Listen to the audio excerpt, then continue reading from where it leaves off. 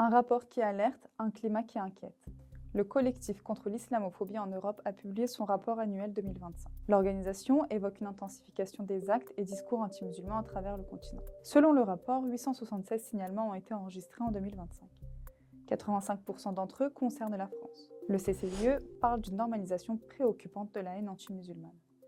Dans son introduction, son président affirme que jamais les discours racistes et discriminatoires n'ont semblé aussi banalisés, évoquant leur diffusion dans les sphères politiques, médiatiques et institutionnelles. Le rapport met en avant le meurtre d'Aboubacar Cissé, tué le 27 avril 2025 dans une mosquée du Gard alors qu'il priait. Le CCIE estime que cet acte s'inscrit dans un climat général de stigmatisation. Autre donnée marquante, 80% des victimes signalées sont des femmes. Dans 41% des cas, les discriminations seraient liées au port du voile. Au total, 686 cas de discrimination, 178 agressions physiques recensées. Le rapport évoque également des évolutions dans plusieurs pays européens. En Espagne, la municipalité de Ripoll est qualifiée de laboratoire de l'islamophobie institutionnelle. En Autriche, l'organisation partenaire Docustel a recensé 1336 incidents en 2024.